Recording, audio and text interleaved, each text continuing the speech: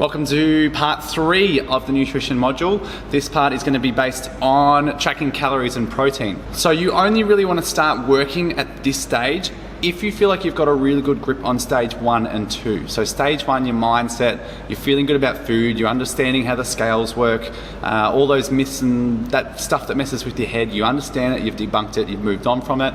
Stage 2, you guys have got a good grip of what's good, what's bad, the tiny little changes you can make, the swaps, the reducing your plate size of food, the single ingredient foods, all those little things. If you feel like you're on top of that and you're winning at that and you already had some wins and some goals in your health and fitness because you've achieved those things, now you can move on to potentially tracking calories and protein to go next level.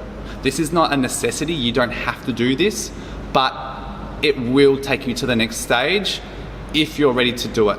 And I'm gonna stress that again, you need to be mentally prepared and ready if you think that tracking is a good idea. The problem that people have is they go from knowing nothing about nutrition to all of a sudden tracking, and they've skipped those stages that we've just taught you about. That's a recipe for disaster. So you need to make sure that you understand those first 2 elements first that we've taught you before you get into it. Otherwise, tracking can be an absolute mind, you know what I'm gonna say?